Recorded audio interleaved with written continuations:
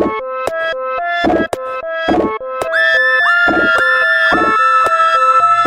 Helen.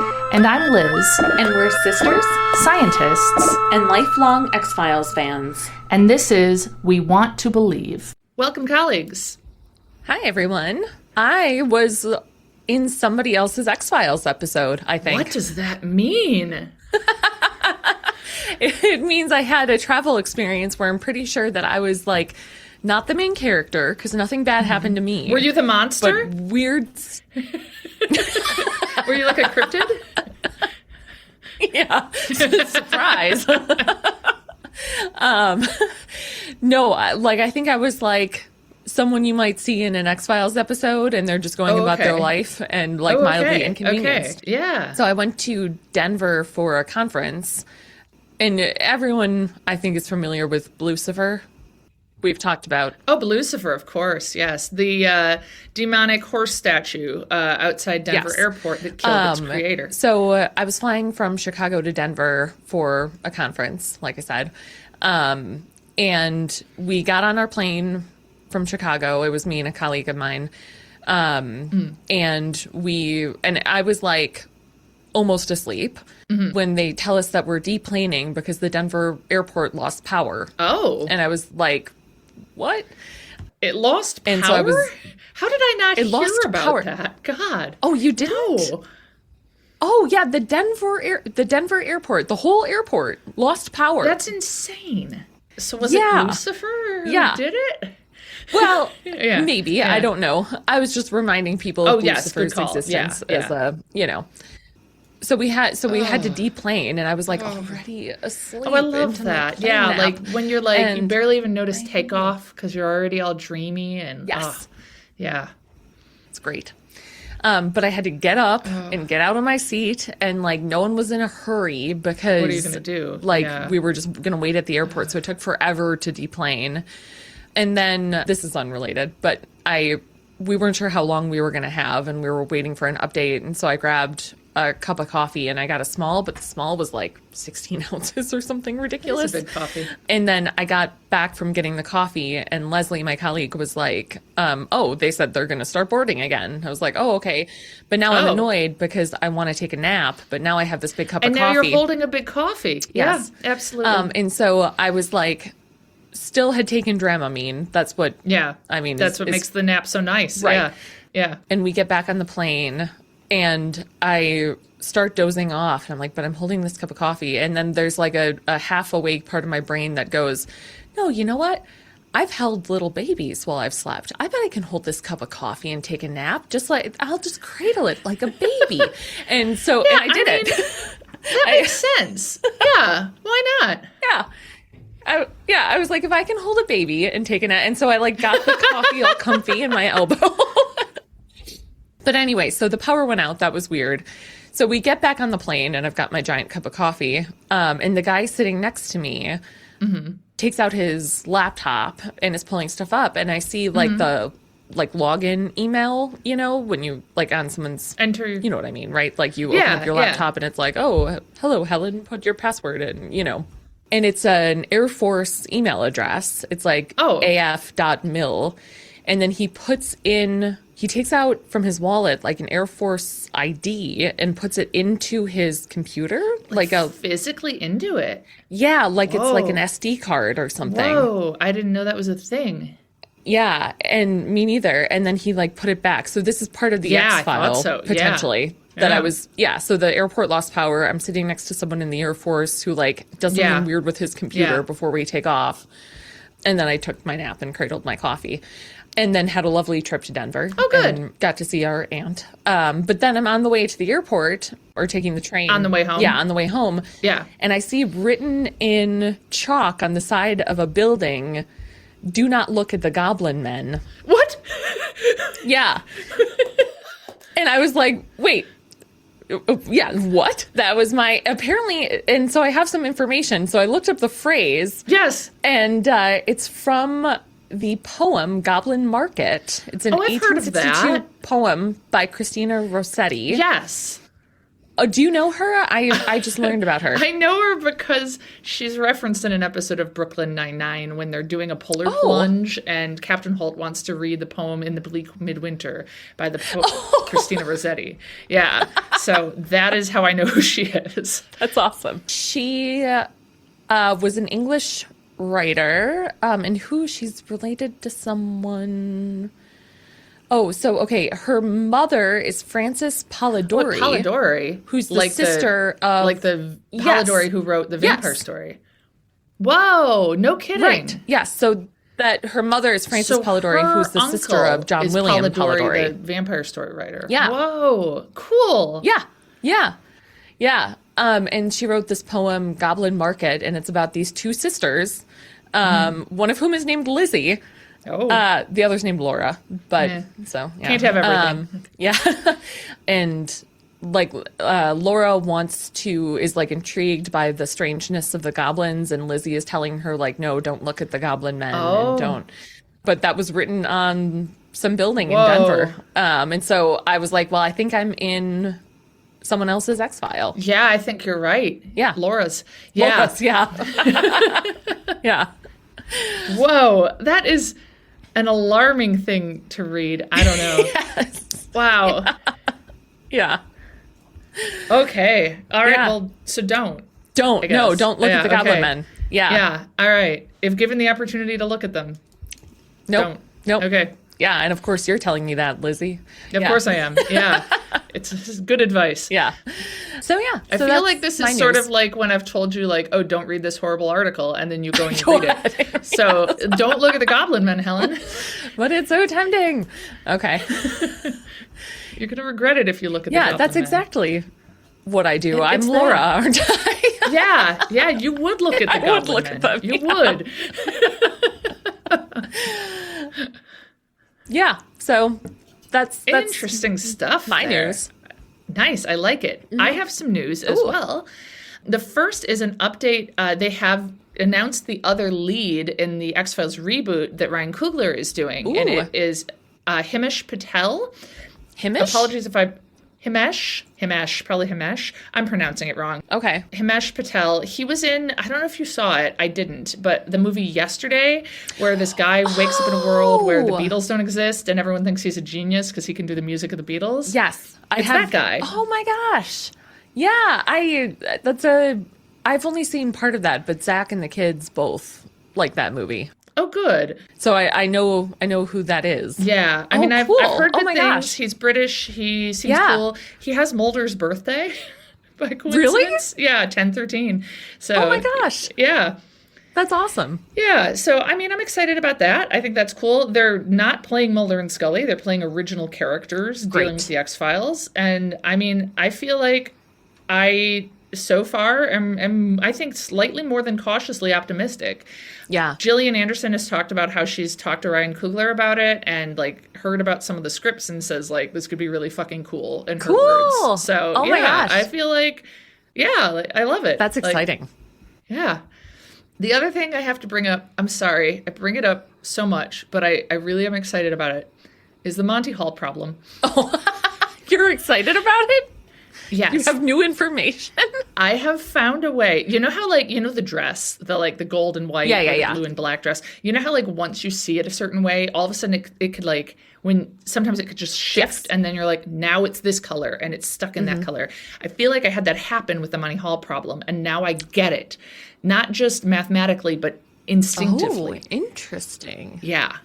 Yeah. So I want to explain it in the way that helped me Okay, get can it. you give a brief overview as well for people that are less familiar? Yes.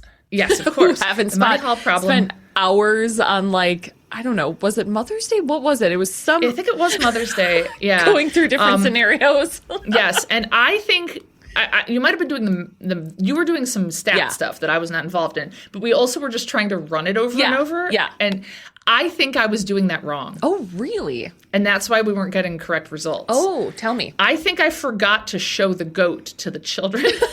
It's such a weird sentence. So again, the Monty Hall problem says that It's from Let's Make a Deal. The game show host is Monty Hall. There's 3 doors. Behind one door is a car. Behind the other 2 doors are goats. And in this scenario, you'd prefer the car to the goats. I guess that's fine. Presumably the goats will be, I don't know. I always get real hung up on the goats and like their role in this, and we'll just move past it for the moment. So you pick a door, and then this is the key. Monty Hall opens a different door and says, look, here's a goat. Right. Would Do you you then want like to to switch switch? your door? Yeah. Right. So, for example, you choose door 1. Yes. He shows you because that door has a goat behind it. Yeah, you're like, oh, I can have the door with the goat? Absolutely. Yeah. Yeah, so it's because he knows which door has the car, and he knows he's going to show you the goat. So, again, in this scenario, let's say you choose door 1, he shows you door 2 has a goat, and says, would you like to switch to door 3? And It's changing the probability, right? It's changing. It's going from 1 and 3 to 1 and 2. It's going from 1 and 3 to 2 and 3, actually, because, okay, this is what helped it click for me. okay. Essentially, forgetting the goat aspect of things, essentially what he is saying is, would you like to choose this one door, which you already have, or would you like both of these other doors? Now, you know there's a goat behind one of them, and you're not going to have to deal with that one. Because obviously you would want more doors. No, this isn't Okay, helping. so let's try another thing. I have another one. Okay. Monty Hall has 100 doors. You choose Okay. a door. Say you choose door 1. He then opens 98 other doors, shows you 98 goats, and says, would you like to switch to this last door, or would you like to keep your door? I think in this case, it seems pretty obvious. Odds are very good that you should switch, right? Like, Yes. and it's the same idea with 3 doors, just scaled down, just less dramatic. Okay. But I feel like that only works if you're assuming that he wants you to find the door with the car. Like he's saying, like, do you want to switch? Like the way that, like, you know, like a student will be like, can you help me with this problem? And I'll be like, do you want to switch your answer? It's not like you that, know, like, but because I mean, it does depend on the fact that he knows there is no goat under the door, or no car behind the door he's going to show you. He's always going to show you a door that has a Okay. goat behind it. And I think I just forgot to do that when we tried to simulate this at your house. I just was running it and being like, you chose a door. Would you like to switch your door? And then kept going, which obviously, no, I need to be like, you chose a door. Door 2 has a goat behind it. Would you like to switch to door 3? But if you could switch to door 2 or door 3, then there's no advantage. Yeah, I don't know. For some reason, it still isn't clicking for me. Like, I get it mathematically, but this isn't helping. I'm going to read one thing and then I will stop, I swear. Okay. Okay, so this is a quote from somebody on the Jetlag the Game Reddit page, because they did a challenge on Jetlag the Game related to the Monty Hall problem. It was fabulous. They say, I think the best way to understand it is by first changing the second question. Instead of opening a door with a goat shenanigans, imagine that the host simply offered you both remaining doors. Now the choice is between your one original door against 2 doors, and it should be clearly better to take the offer. You win if the car is behind any of the doors you didn't choose in the first step. Okay, hold on. So I choose door number 1. And in this scenario, they're saying, would you like to choose door 2 or 3? Yes. Instead. Yes. And then it would be yes, because then you have twice the chance of being right. Okay. Yeah. Keep going. So that is identical. They say, and what the host actually does amounts to the same thing. Because he will always open a goat door that you didn't choose, by swapping, you will win if the car is behind any of the doors you didn't choose in the first step, which is exactly the same as the 2 doors version. Interesting. Yeah. Okay, that's So helping. when you make your first Interesting. choice, you have a 1/3 probability of picking a car door, Yeah. and a 2/3 probability of picking a goat door. Staying is a bet that your first Right. guess was correct, 1/3, and switching is a bet that it was wrong, 2/3. Yeah. Okay. Yeah. Okay. Interesting. Good stuff, right? Okay. Is this were you watching is this what made it click for you? Were you watching that show? So watching jet lag did not make it click, but it made me excited about it. But it was making bunches of people online talk about the Monty Hall problem. And when I read that person's explanation, I was like, oh my God, yes. Ah, I see. Yeah. Okay. I love it. Yeah, that is helpful. Yeah. That's very helpful. Yeah. I was going to just wait until the next time I teach biometrics and then be like, all right, you all have to figure this out for me. You can leave the classroom when you've proved the Monty Hall problem. So today we were talking about Gethsemane? No, demons. You're watching Gethsemane. Hold on, I've been practicing saying it. Gethsemane. Gethsemane? Yes. Gethsemane. Okay. But you're watching that next week. Oh, okay. All right. So I didn't even have to poorly pronounce that. I just chose to. Just recreational pronouncing of things. Yeah. So we're talking about demons. Okay. And I somehow didn't remember this episode again, which is wild to me, because it's got a lot of conspiracy stuff in it. I did a lot of research as well, so I'm not sure yet when I'm gonna bring it in. We'll just see what happens. Okay. Cool. So it opens in this like kind of distorted, bold colors, like weird sounds, scene of adult Mulder being with his child self and Samantha in like the kind of, what do you call it, loft area of this house. And Samantha's telling him to be quiet and saying she's scared. And their parents are downstairs fighting. And you hear Mrs. Mulder say, "No, my baby," or something like that. Oh, okay. Yeah. And then Mulder wakes up and his shirt is covered in blood. What? Yep. And it is not even 5 a.m. He calls Scully and Scully is like, "Where are you?" And he looks at the keychain he's got and he's like, "I think I'm at a hotel in Rhode Island." Whoa. Yeah. And so Scully goes out to get him. And the last thing he says is, "I don't think this is my blood." Okay. Whoa. Yeah. Weird. Yeah. I don't think I've ever seen this. How did we do this? I mean, I know I've seen it, but not much. It's not one I rewatched. And I mean, it is intense. Really? Yeah. Wow. Yeah. Okay. I mean, already. Yeah. Yeah. Already. Yeah. Already. Yeah. Also, just, I never think about the music, but for some reason this time I really was. So like Mark Snow is the guy who does the X-Files music. It's so good. Like it's really, I love all the music in the X-Files. My gosh. Yeah. So Scully comes in, Mulder's like in shock. Like he's in the shower, he can't get warm, he's like a mess. And he doesn't even remember making the call to Scully. He doesn't know like anything that's going on. So she examines him and she's like, "You got to go to the hospital." And like the last thing he remembers is talking to her on the phone when he was in his apartment on Friday. And it is now Sunday. So he's missing 2 full days. He doesn't know how he got there. Scully looks at his gun and there are 2 rounds missing from it. So that's not good. That's not good. Yeah.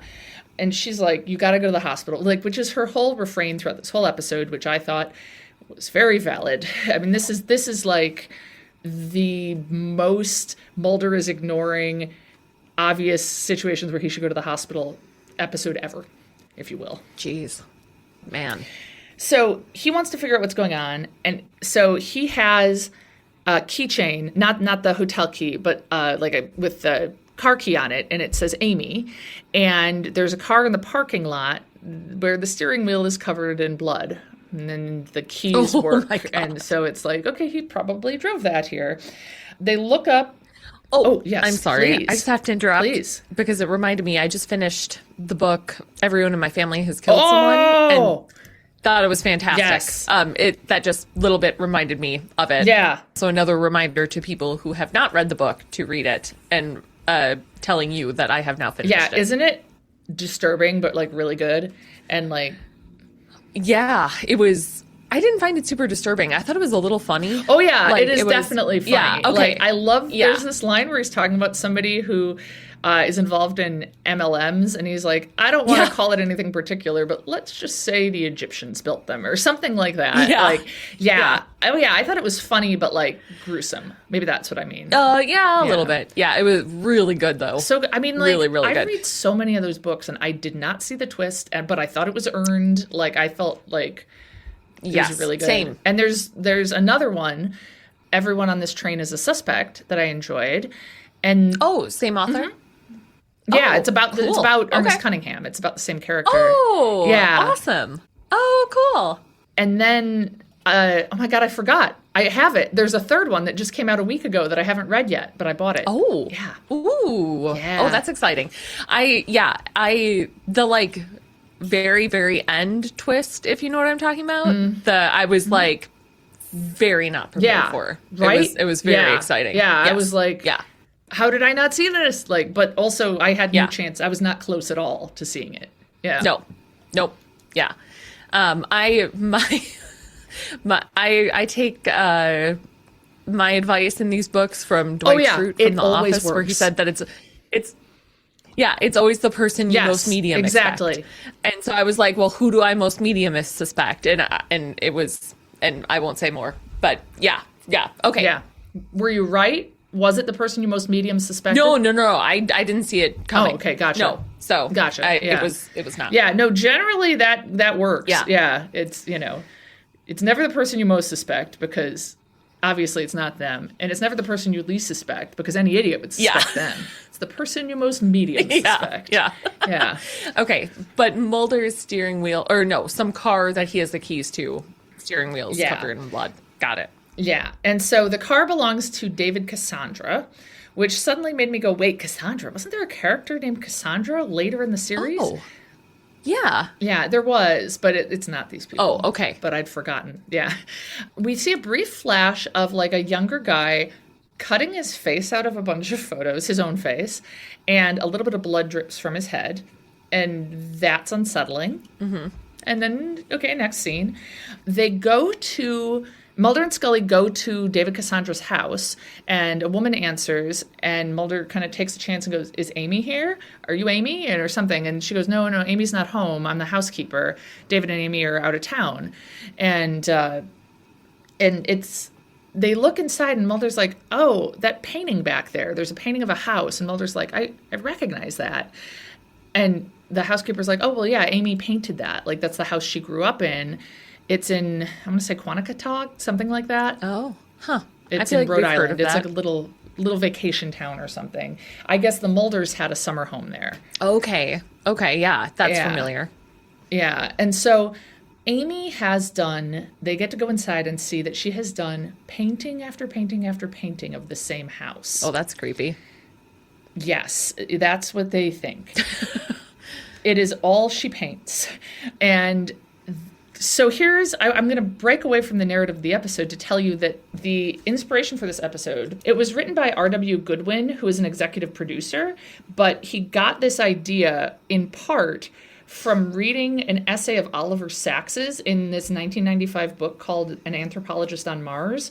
Oh, And so there's this essay called The Landscape of His Dreams, and I read it. I got the essay. I found the book on Libby, and I read it yesterday.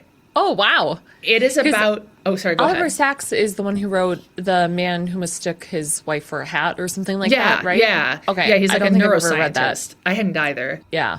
So I read this piece yesterday, and it's about this guy named Franco Magnani, who's an Italian guy who was born in the 30s, who grew up in this teeny little village called Pontito in Tuscany, about like 40 miles outside of Florence. Real tiny little town, real charming. And he got sick. So he moved away from the town. The town kind of fell apart during and after World War II. Far fewer people lived there. He moved away. He was living in San Francisco, and he got sick. And then they don't know exactly what he got sick with, but it seems like it might have been seizures were involved. And then he starts getting these really, really intense memories of Pontito that like he can't even sort of control when they come on. And it's almost like physical, like he looks to the left and can see down an alley that is to the left in Pontito. And Whoa. And it's all like how it was in his head, or like how it was in his childhood, I mean. And so he starts doing these incredibly detailed paintings of Pontito, and that is all he paints. And it's like he has this obsession with this town that came on after this sort of medical event. Yeah. And so I'll tell you more about that as we go through the episode. But like, that is what inspired Amy doing all these paintings of this house that she grew up in and some more. So we'll get into it. But it's very bizarre. It looks like a charming little town, at least, or in the 30s it was. It's very Pontito. Or Quanticook, I think, is also nice. Yeah, Oh, but okay. no, I meant Pontito. Yeah, because I looked at a bunch of his paintings. I got real into this yesterday. So, yeah, it's like, cool. I mean, it's really weird. Like, there's no way he should remember exactly how the streets are shaped, given that he moved out when he was 12 and he was at that point in his 50s and had not been back. Like, he's got the layouts all perfect, the angles of these roofs, and like, it's like as if these memories are getting called up from somewhere, like in an automatic trigger sort of way. Like, he can't even control that they're coming back. He also apparently talks about the town constantly, and it's kind of irritating, is what Oliver Sykes makes God, it sound like. Yeah. Like, Yeah. yeah. Jeez. I mean, I totally believe how annoying that would be. And also, like, I mean, it sounds like presumably there's some sort of seizure activity or something happening in the part of his brain associated with memory. And that's what's, So, yeah, I'll tell you Fascinating. more about it Okay. as we go. Because I am, as we know, not a neuroscientist, but I've been reading a lot of stuff in the last 24 hours. So, back to Mulder and Scully, and they go to the house that Amy has been painting, and it is all decrepit and like no one's been in there. And Scully's like, if you've been here, it hasn't been recently. Like, the yard's overgrown. It's very obviously abandoned. And Mulder is outside the house, and all of a sudden he like clutches his head and starts having memories again, like we saw at the beginning of the episode, where he's with Samantha and his young self. His parents are arguing. And then we see that young cigarette smoking man is there. Oh. Yeah. And he notices that Mulder is eavesdropping and calls him a little spy. Oh. Yeah. And so he tells Scully about the flashback, and Scully's like, I think you just had some sort of seizure or something. I'll also note, because of course Scully was, this was not official business, she came to help Mulder. She's dressed a little more casually in like a really great outfit with like an oversized blazer, like a black blazer, and then like a very thin gray cardigan underneath it, buttoned up, and just like kind of, I don't know, not khakis, but like casual pants, but not jeans, and just, I don't know, just looks fantastic. It's great. Yeah. I dressed in such a way yesterday that a colleague told me I looked like I belonged in a Nancy Meyers movie. Oh, and what were you wearing? I loved it. I was wearing like oversized trousers and then also oversized button-down shirt that I tucked into them, and then had a brown braided belt in my belt buckle. You mean in your belt loops? You had a brown braided belt? Yeah. Okay, Yes. Gotcha. Yes. Yes.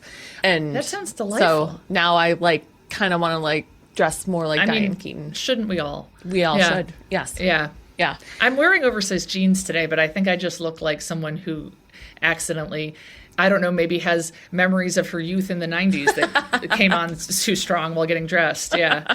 No, you're going to talk about McHenry, Illinois all the Yeah, time and I get am. real I'm gonna annoying. be like, and the skater kids hung out at the spot, and that was right next to the Jewel, and they'd skate around the parking lot and smoke cigarettes, and I would go there sometimes and say hi, and I don't know. Anyhow, Mulder and Scully go in the house once Mulder is feeling better, and Amy and David Cassandra are in there dead from gunshot wounds. Oh, no, because there's two of them, and he's missing two bullets. The math is not good. No. So some cops come, and the detective who's involved is very suspicious of Mulder, obviously. And so he ends up taking him in, and Scully somehow gets access to the person doing the autopsy. I feel like that was generous of them. I guess maybe because she's FBI, but I feel like I guess they just let her. Okay. But she notices that there is a little bit of like scabbing by the hairline on Amy Cassandra's body. Okay. And she's like, can you investigate more in her skull? She doesn't say it like that. She says it better. And so she's like, something's going on here. Like she notices like these wounds that aren't from the gunshot, that don't make sense. Huh. And Mulder gets interrogated in the meantime. They've found that his shirt does have the white shirt that we saw in the beginning that had blood on it. They found it, and they're like, that's the blood types of the Cassandras. This is not good. He's arrested, and Scully's talking to him, and she comes and talks to the detective and is like, look, the toxicology report for Amy shows that she had ketamine in her system. Oh, we were just talking about horse drugs. Yeah. Yeah. And the horseshoe shape of, The horseshoe of people shape that of take horse drugs. Yeah. Huh. Okay. Were we talking about on the podcast or somewhere else? Oh, uh-oh. I don't know. Either way, horseshoe shape, horse drugs. At least get people too far that take in one direction too far or the other. right, you start taking ivermectin. Too far left, you start taking ketamine. I think that was it. Yeah. Yeah. So Mulder is like, isn't that a veterinary drug? So he knows it's a horse drug. Yeah. Good. Yeah. It turns out he also had some ketamine in his system. Oh. Yeah. Weird. Yeah. So Scully is like, look, this narrative is like too convenient. I feel like something is going on here. Why do you and her have this same drug in your system? Like, you wouldn't just randomly find these people and kill them. Like, something doesn't add up. And then we see that at that same police station is the cop. We didn't know he was a cop, but the cop who was cutting out his own face from photos and bleeding from his head.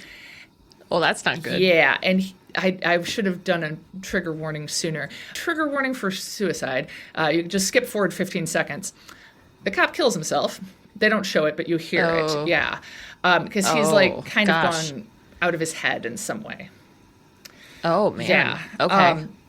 So they go. Is he on ketamine? Yes. Okay. Yes. So they go to the cop's house. They find all the photos, and Scully's like, something's clearly amiss here with him, you know, cutting his face at all these photos. But then they find a magazine called Abductee. Sorry. I was trying to say abductee, but then I started thinking about abductors, like the muscles, and I just like, and then I started thinking about why is that the same word, and then I just lost it entirely. No, that's why. What do you mean? That's why. So, a muscle that acts as an abductor takes away from the body. So when you move, like, so think about your legs, and if you're going to abduct your leg, you move it away from the body. It's the same prefix, meaning away from. Oh. Yeah. If I was going to abduct my leg, I would not picture that. I would picture, like, I don't know, putting it in a trunk and making it take videos with a newspaper. I don't know. Yeah, no, but that's what I teach my students. That's how you remember, because abducting means taking away from. So you're moving it away from the midline of your body. So that's the one when you do the machine at the gym where you push out? Yeah. Yeah. Okay. Yeah. Huh. And then the opposite is adducting. Yeah. And you can remember that because add means like you're adding two things together. You're bringing it in. Oh, my Yeah. God. I Yeah. always just thought that was So a actually, weird that's- coincidence. Nope, it's the same root. Cool. Oh, neat. Yeah. Yeah. So, anyway, it's called Abductee Magazine. Okay. It's not about muscles. it's about aliens. And Amy Cassandra is on the cover. Oh, interesting. So, yeah. So now we're getting to do something with her having an interest in aliens and conspiracy-ishness. And then we see... This is... Oh, sorry, I'm sorry, go ahead. this is at the cop's house? Yes. So the Okay, cop all right. also had some stuff going on, an interest in alien abductions. Okay. And now I'm just picturing aliens using that machine at the gym. But we'll move on. They could. Yeah. They don't seem like they'd have very well-developed No, thighs, though. well, that's why they should use it. Yeah, that's Yeah. true. They've been skipping leg day. Yeah. Just head day all the time. Sorry, always that's head not day. useful. Yeah. It's always head day. So, Okay, so he has an interest of some sort. And so, Okay, got it. then Scully finds out that Amy Cassandra's puncture wound went all the way into her cranium. That puncture, so that's creepy. And then Mulder has another flashback to that house that night when he was a child, and he hears his mom yelling, "Not Samantha, no." Yeah. Oh man. Yeah. Oh, that's so terrible. so like, if anyone is just listening to this and who's never watched the X-Files, right? Interesting choice, but that's cool. Welcome. Right. The implication, right, is that we know Samantha, Mulder's sister, disappeared, and it seems like this is the night that Mrs. Mulder found out that she was going to be taken by the government/aliens. Right. Yeah. Yes. And now, is it a like just general not Samantha, or is it like a not Samantha, like a like? Oh take no, him not instead, a take sort him of a vibe? instead. More like. Okay. How dare you do Okay. this to my Just daughter? general. Yeah. Okay. Yeah. Okay. All right. So Mulder then wakes up and starts demanding to talk to Scully. Scully gets there and Mulder's like, I didn't kill those people. And Scully's like, agreed. We have now gotten some analysis of the blood spatter pattern on the shirt. It shows that you were there, but you couldn't have been the one that shot the gun. I would just like to say blood splatter analysis is very controversial and not used much anymore. Really? Yeah. Yeah. It's been disproven a lot in court. Really? I did not know that. Mm-hmm. Yeah. It was a lot more common in the 90s. It's been within the last Really? decade or so that it's been, yeah, Oh, more I forgot. controversial. We were supposed to update 2 things from 2 episodes ago. Oh, yeah, so that's right. Number 1 was the fact that I didn't take the opportunity to make a pun when I said that Skinner was showing a lot of skin when he took off his clothes after he had to cover up for the bee-infused death of that woman. That is a missed opportunity. It really is. It was showing a lot of Skinner. Yeah. I missed out there. And then the other thing is that you should elaborate on. Right. We had a listener comment on the fact that I said, I told the story about my students discussing the difference between manslaughter and murder and how I called our dad to find out the exact details. And then the listener was like, wait, we don't get to know? Yeah. So we should get to know. So manslaughter versus homicide. Fill us in. Yes. So one of the first things he said when I asked him about this, and this was a while ago, so I'm going to do my best. I should have asked again, is that this differs based on state. Oh. So this is state law, and so it differs a little bit. So like first versus second degree murder, and then manslaughter versus homicide. Like these are things that differ partially by jurisdiction. So like I kept asking like, well, that sounds like it overlaps with this. And he'd be like, well, it kind of does. Partially this depends on where you are. But the difference really is intent. So do you intend to cause harm or not? And so murder, so the difference then between first and second degree murder is premeditation. Oh, yeah. So homicide versus manslaughter has to do with intent, I believe, to cause harm. Okay. And then first to second degree homicide has to do with whether or not it was premeditated. So I'm trying to think of some of the examples we talked through. So like, okay, can I give one and you can tell me if this makes sense? I am doing an interpretive dance with a knife just for funsies, and I accidentally slice someone's throat. That's manslaughter. That's manslaughter, right? You didn't intend to cause harm. I'm doing an interpretive dance with a knife, and someone insults my dance, and I get so mad I stab them. Second degree murder. I come up with this whole plan in which I'll be doing a dance with a knife, and then that'll give me the opportunity to get the knife close enough to kill someone because I've been wanting to kill them for a while. First degree murder. Yes, Perfect. Exactly. Yeah. Great. There we go. I also would like to take this opportunity that I'm wondering if I have an idea of what's happening in the episode. Please tell me. I think that there was some sort of injecting ketamine for recovering memories thing for abductees, and Mulder got involved, and don't inject ketamine into your brain for lots of reasons. You're basically there. There's some details missing, but you're basically there. Okay. Yeah. All right. Yeah. So continue. Yeah, so because of this blood spatter pattern, though, because it was the 90s and they were okay with it, Mulder is released. Okay, well, that's good. Yeah, and so they start talking about this thing called Waxman-Geschwind syndrome. I don't know why I said syndrome like that. I was stressing the second syllable of all of those.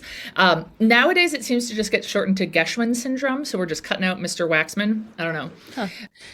Is it the same Waxman that you probably don't know the answer to this? I'm sorry. Who kind of discovered the drug streptomycin? I would have to guess no, but I'm not sure. It's some people involved in like neuropsych, but I don't know. Okay, I don't know either. But go ahead. So this syndrome, I said it slightly more normally that time. I did a bunch of research on this. Cool. This is what Franco Magnani, the artist who is obsessed with Pantito, has, they think. It's also sometimes called Dostoevsky syndrome because they think that Dostoevsky had it. And it's characterized by hypergraphia, which, as somebody who's always trying to find time to write more, I feel like that sounds kind of nice. It's like people get like obsessive about keeping a diary and writing up like every detail of their lives. Good God. I mean, have you read Dostoevsky? That seems pretty fair. Like, the length of Crime and Punishment makes a lot more sense in this lens. Yeah. Oftentimes hyper-religiosity. Typically less sexual, like hyposexual was how it was described, but then like a very vivid mental life.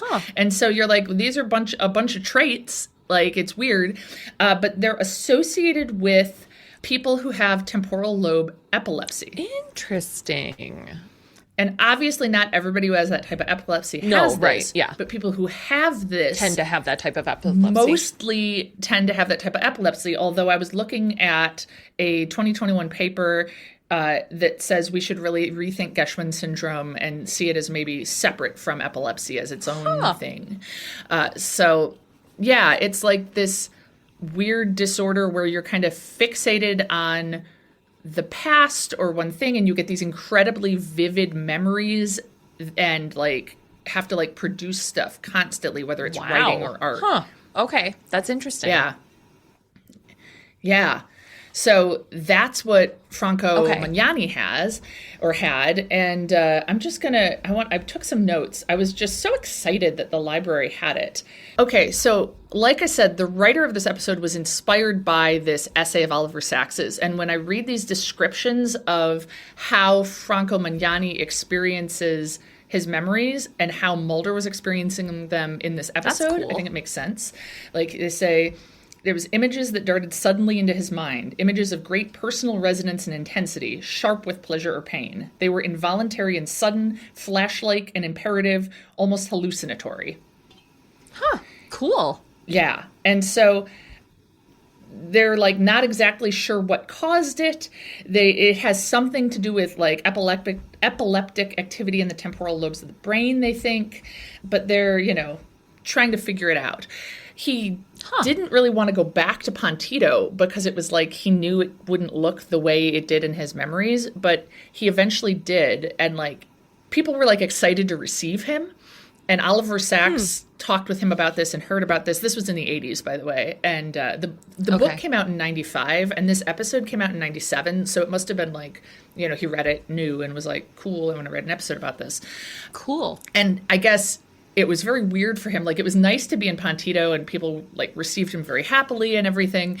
But then it was like, he said he almost seemed to see, when he came back, 2 pictures of Pantito, like 2 separate newsreels, as he put it, running simultaneously in his head, with the new tending to blot out the old. So it was like he had these new memories preserved and these old memories preserved, and it was very confusing and all that. And it's just like wild brain stuff, I think.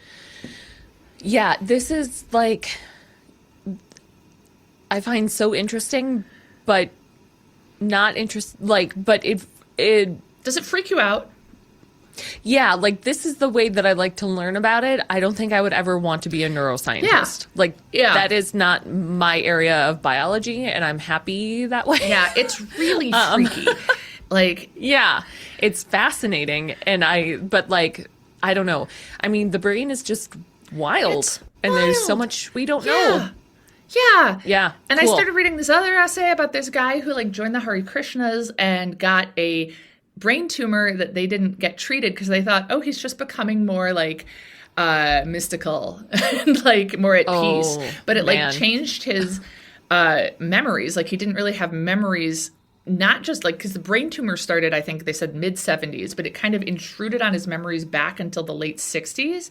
But then also like his personality sort of changed, and like all that stuff is just like, it's really, I think, fundamentally unsettling to know like our personality is due to like all this stuff in our head. Like it's insane.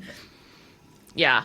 Well, and like I hate teaching and learning about learning for that same reason, or memories, because it's like you're forming the memories of you learning this, and you're learning about learning. Like the and, call is like, coming from I just inside find the that house. very Like, yeah. Yes, yeah. exactly. Like I'm using Yeah. my brain to Yeah. think about my brain. Oh God, all of this is coming from within the brain. Yeah. Yeah. yeah. That's super Yeah. interesting. What was I going to say? Oh, just that there's like a decent amount of people that turn very violent that have had frontal lobe like injuries Phineas Gage. as well. Yeah. Yes, yeah. And so that is, I remember looking at one time when I was some sort of, it might have been a physiology lecture that I gave to my physiology students about the frontal lobe, where I like compiled who out of like famous serial killers has had frontal lobe injuries, and it's like significant. Oh. Whoa. Yeah. So, Makes me think I should just be wearing my derby helmet at all times. I mean, it's, yeah, I mean, no, but, you know, I get the impulse. Yeah. Yeah. It's crazy. Yeah. Anyway. So they find that both Amy Cassandra and the cop who died were being treated by the same psychiatrist. And so this is going right to your theory. They go and talk to him. He's like an older man who seems very nice and mild-mannered, and is like he didn't know the cop had died, and he seems very upset about this. And he's kind of like, oh, Mulder, I've never met you, and he also kind of says that Waxman-Geschman syndrome is not necessarily destructive. These patients were still like kind of creative, and like there's some good with it. And Scully just looks at this guy because Mulder leaves, and Scully just looks at this mild-mannered man and goes, I know what you do, and walks out. Yeah, and I was like, oh boy, Scully, oh, she's so cool. And Mulder's like, yeah, I remember him. I've met him. I don't know the circumstances. And in the parking lot, he has another one of those fits where he remembers that night, and then he sees that his mom and cigarette smoking man, as a young man, are like having a moment together, like that, like they're arguing, but there's like this intensity in the way they're like grabbing each other that he's like, uh-oh. Yeah. So he goes and he confronts his mom because Scully's like, you need to go to a hospital. And he's like, no, I need to drive to Martha's Vineyard to talk to my mom. And she's like, well, I'll drive. Oh, God. So compromise. And he's like freaking out and is like, who is my father? What's going on here? Man. What were you dealing with this guy? And she's like, not willing to talk to him. She slaps him for saying that. And on the one hand, I kind of like, I mean, there's a better way to approach this, Mulder. Yeah, I mean, I feel like anytime like he encounters her, it's never like, let's have lunch. It's like, I'm going to show up in the middle of the night and look at a vacuum cleaner in your basement or whatever. Yeah. Like, call first. You do have a cell phone. Yeah.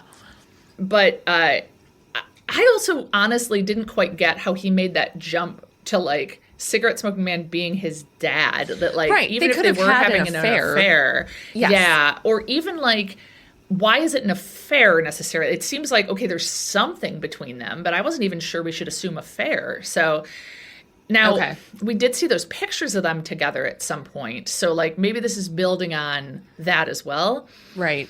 Yeah. But she refuses to answer. Mulder's head starts bleeding. He's all upset. And they've been talking privately while Scully was waiting in a different part of the house. Scully looks out the window. Mulder's taken the car and driven away. Oh, my God. Yeah, so that's not good. Yeah. And Mulder drives back to the psychiatrist, confronts him as he's leaving his office, and is like, what did you do to me? Just go to a hospital, man. And then, like... Oh, you think he's making bad choices? Wait till I get to, like, 2 sentences from now.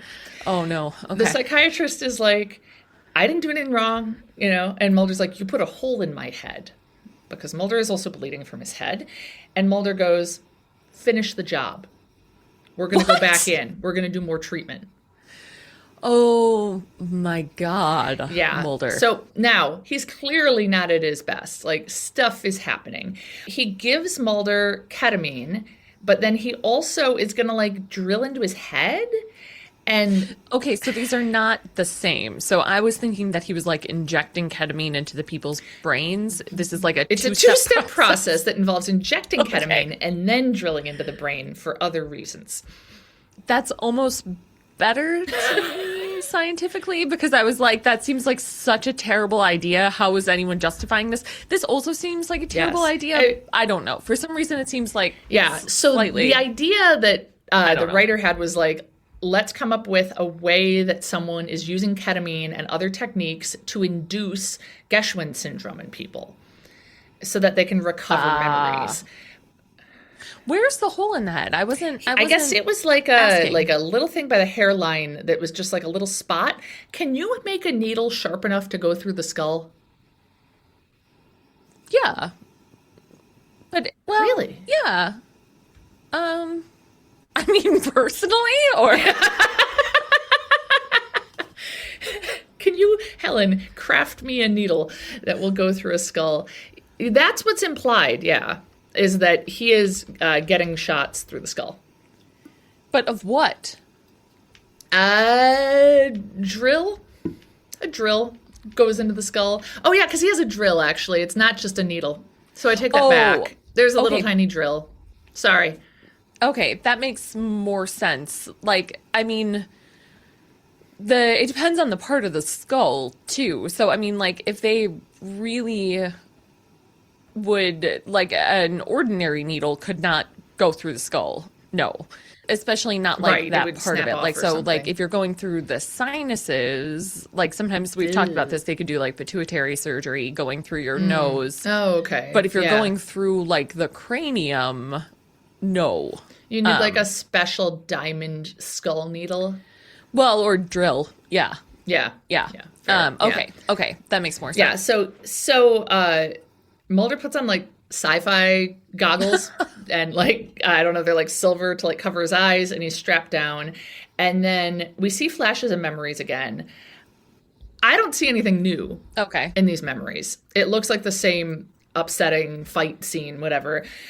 We see the doctor's about to drill back into his skull, and then we see police rushing up. And so you assume, as the viewer, or I did, we're going to see the police come in right in the nick of time to save Mulder.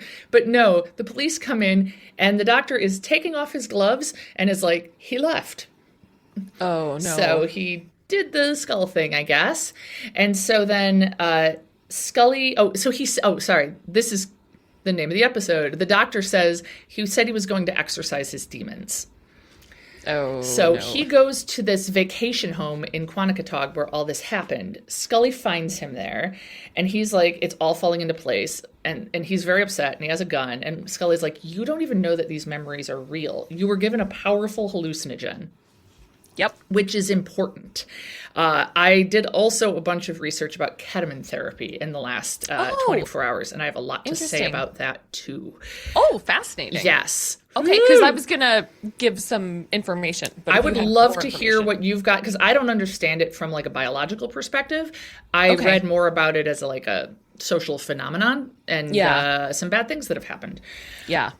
So eventually Scully is like, put the gun down, you know, and so he ends up emptying the clip like into a mirror, and then he's safe. And she puts her arms around him, and then we see her typing up her report and saying like, okay, he's been cleared of wrongdoing, but I think that this whole experience could really have a lasting effect on him. He still has no memory of what happened. Whoa. Like, and now we're leading into Gethsemane. Great. Do you remember, like, I mean, I don't know if you would have remembered at the time. Season 4 finale, I was a teenager. I was not yet watching The X-Files, but my friends were. Oh. And it was like all they talked about that summer. Oh, really? And it was like, I mean, it was all in like Entertainment Weekly, like all the magazines in the grocery store. It was like, could this be? Yeah. I don't remember. No. Okay, I I can't don't. wait for This you is to the see finale, it. right? Yeah, and I Yeah, think okay. there's an anthropologist or an archaeologist in it. So it'll be perfect for you. Is this is someone on a mountain? Is the archaeologist on a mountain? I don't know. Oh, okay. I know don't know if they're on a there mountain. is one episode where there was an archaeologist in a mountain, because I remember watching it in grad school and being like, this isn't what we do. Interesting. But cool for them for making us look cooler than we are. Like, there was like archaeologists climbing mountains and excavating something, and like I do remember them drinking, which is an archaeology thing for sure. They do show like a little picture heavy preview drinkers. here, and it does look like, oh my God, you're right. It was filmed on a mountain. Yeah, there's a mountain in this episode. Oh, cool. Okay, I Nice. can't wait. Awesome. Then I remember watching this circa 2013-ish. Nice. For the last time I saw it. Yeah. Awesome. But is, okay, well, I won't say more. I'll talk about it next Perfect. week. Do you have more about ketamine So, you wanted to so here's say? the thing. Like, it has become, since 2019, like, used a lot in the treatment of, like, treatment-resistant depression, you know, and, like, Yes. some other psychological problems. Right. I know some people who have done it and found it very helpful. Same. I would not. No. Nope. So I think you and I had talked about this once. I don't remember if it was on the podcast or not, where I was like, I would be interested in like the possibility of like because there's also similar treatments with psilocybin.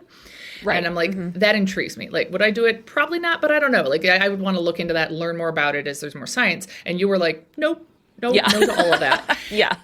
Ketamine, I've always felt like, no, that's like a raver drug, and it's also like a tranquilizer and like a hallucinogen, and that's just a little too scary for me. Like, I knew people who went to raves, and I don't know if they did ketamine or knew people. Like, I just, And, This is so scary, by the way. As my kids are getting older, the idea that you knew people who went to raves, like I've been having, and I'm not going to do this, but I've been having more and more feelings of just like, I'm just going to pack up and go in the wilderness, and they will not interact with anyone in society, and that won't screw them up at all. Like, But I mean, the thing to keep in mind is that I didn't go to raves. You know, Well, like true. I had Yes. enough sense Yeah. to realize, like I had, despite being Yes. dumb in the way that teenagers are dumb, I had a decent sense of Yeah. like what is risk I'm comfortable with taking and what is risk I'm not. And like driving while tired Right. was a risk I took all the time when I was young. Like I'll just stay out late and whatever, but like that's about it. Like I didn't, you know, driving Yeah. while tired. Yeah. I mean, not good, but Yeah. very different than going to raves. yes, yeah. I was like slightly more willing to take risky behavior, like, you know, maybe, I don't know, going to Borders near closing time Wait. to look at books. Oh, you're I'm being sarcastic. I thought you were going to say like Yes. using a fake ID to sneak into bars. No, that doesn't sound like me. It sounds like me. It sounds like one of my IDs. Yeah.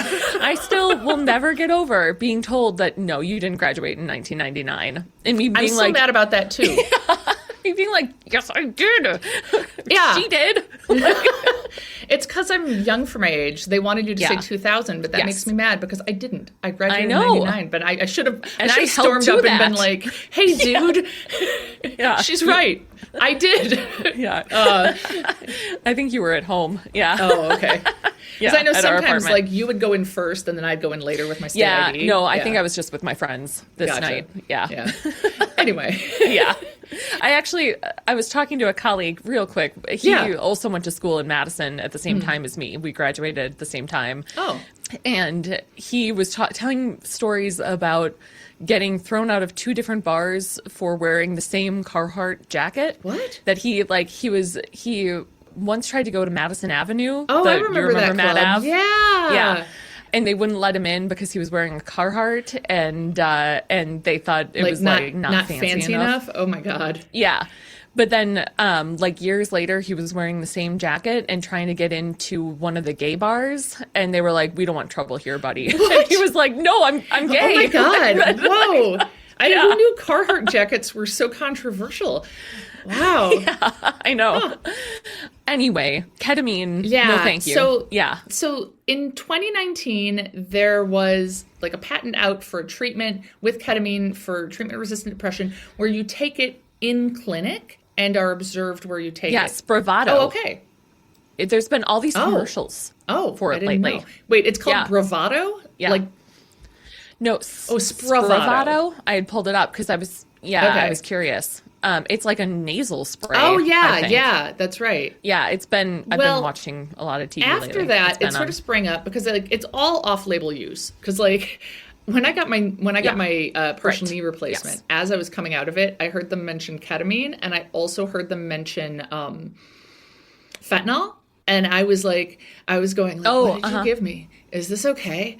Am I an addict now? Like freaking out. And I'm like, no, that's just normal stuff during surgery, apparently.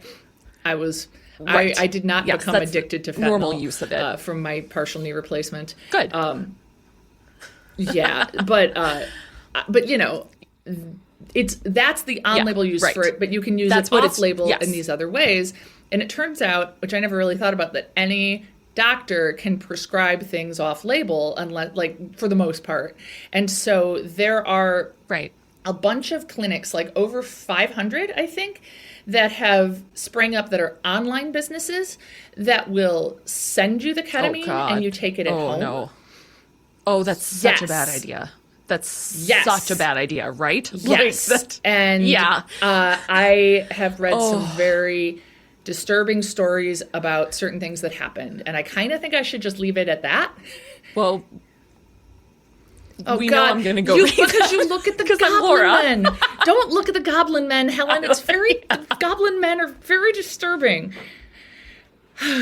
Okay, I'll say it, but man, yeah. trigger warning for murder, Everything? suicide. Oh, Yep, murder? Really? of children. Oh my God! For people that have, oh my One God! For woman. people that have used, Yeah, the- she took no. it. She told her doctor online, like, I am having a lot of like weird symptoms with it. I feel kind of disconnected. And they said that's normal at first. They increased her dose. She killed all her kids and herself. And before she killed herself, she called 911 and said, people were trying to take my kids and this was the only way I could save them. Like, she had no Oh, history my of God. violence or suicidal behavior or homicidal, anything like that. And that's her horrible. family has sued the company that prescribed it. And Good. they're like, well, we're not at fault. They're like, well, no, she knew the risks. Yeah. Which is insane. Which, I mean, it's just evil. Oh my so God! That's I horrible. yeah, this was in late 2024, and it's super disturbing. And another woman died because she was taking Xanax at the same time, and those are counterindicated, and they knew she was taking Xanax and didn't stop her. And she took it at home. Oh my God! Like, this is a serious drug. You should not just be popping these lozenges in your house. God. Yeah. Jeez, so, that is so awful. Oh my gosh. yeah, it's really, really horrible and scary. And I just feel like I don't even understand, like, because the one person I knew who was doing this was doing it under supervision in a clinic, not at home Which is, with I lozenges. mean, like, if you're going to, that is at least something, because like it's used for anesthesia. Like, and I mean, you should not be just I feel like giving it yourself. Oh my God. Yeah, I think from what I understand, it's typically a lower dose given at the doctor's appointment. And that the idea is that, so I looked, okay, I'm going to say some science, and I don't know that I'm going to say it correctly. So you can help me if I do it bad. Okay. So they say ketamine blocks a process that regulates the brain chemical glutamate. Glutamate. Glutamate. Okay. This ultimately stimulates the release of more glutamate, which helps sends excitatory signals between brain cells. Okay. And then it says these excitatory signals encourage the growth of dendritic spines. Okay. That's part of a neuron, are the dendrites. Those are the part that receives signals. Okay. Oh, okay. Oh, that makes sense. It says, which can serve as new connection points between cells. The growth of new connections paves the way for new neural pathways, rewiring those that have been damaged by depression. Interesting. So the idea, in theory, is that you take a low dose over a long period of time, not super frequently, and let your brain make these gradual adaptations and physical changes. You shouldn't be taking it every day unmonitored. my God. They say that taking too much or too frequently can overload the system, damage or destroy brain cell endings. Yeah. Oh my gosh. Oh, that's so scary. And like, I mean, it's fascinating. And I like, believe how tempting that could be if you have treatment resistant depression and don't know what else to do, but like, good Lord, not at home, at least, No, like you gotta, and it's just like have someone there monitoring this. I just feel like all these companies popping up, it just seems so shady. Oh, yeah. And like, I can understand where like, if you live out in the middle of nowhere, it can be hard to find doctors that do certain things. Like the woman who died from taking it while taking Xanax lived in Wyoming. And like, maybe you don't have access to doctors who are on the forefront of things. And so you're like, oh, I have an online option. That's great. In the same way that like, oh, you get birth control pills online or something like that. But one of those things this is a far cry from that. Yeah. Birth control does not have the same issues as, No. that is much. And also, like, I mean, it goes back to what we were saying just about the brain in general. Like, it's interesting that it can do this and help with depression, but like, there's so many other things that it can do. There's so many other unknowns. There's so, like, I don't know, like, I mean, birth control is like, I think that's a good example because it's such a known. It's been around for decades. We know what it does. Studied so much. Like we know, it's been around for decades. And I mean, it does have some bad effects in people, like in me, but like we kind of know what those effects are, even if doctors don't do a great job of telling us about them, whatever, like. Right. But it's like, it's entirely different. So. You can also stop taking birth control and stop feeling the effects of it. Whereas, like, this is something that's supposed to neurons. So I ended up just fascinated by this whole episode of like the nature of the brain and memory and ketamine, because I had read about this horrible case, the murder with ketamine, coincidentally earlier this week before watching this. Yeah. Oh, really? Yeah. So then I looked into it a little bit more. No but kidding. Yeah. Wow. Yeah. Ooh, man. Gosh, yeah, I mean, it's good. It is good. It's intense. It's like 100% intense the whole time, but it is good. The one criticism I wanted to share of it that I thought was pretty valid, because it has a pretty good reputation amongst critics and everything, is that like, does it fall at the right time in the series? We are so worried about Scully's tumor, Scully's cancer, and now suddenly we're like, oh, Mulder is having seizures, Mulder is having health issues, Mulder should go to the hospital. And I did feel like, that is kind of a good point. Like, maybe this would have hit better a little earlier or a little later. Yeah. Oh, interesting. Yeah, it has felt a little back and forth. We're talking about her cancer. We're not. Yeah. She's fine. She's not. Yeah, she's seeing ghosts. And I get it to a degree because they want the episodes of TV to be able to be watched individually to a degree, especially the Monster of the Week episodes. Although, no, because Elegy was Monster of the Week, and you just saw that stuff about Scully seeing ghosts, and this one was not, and it didn't mention it. So. Right.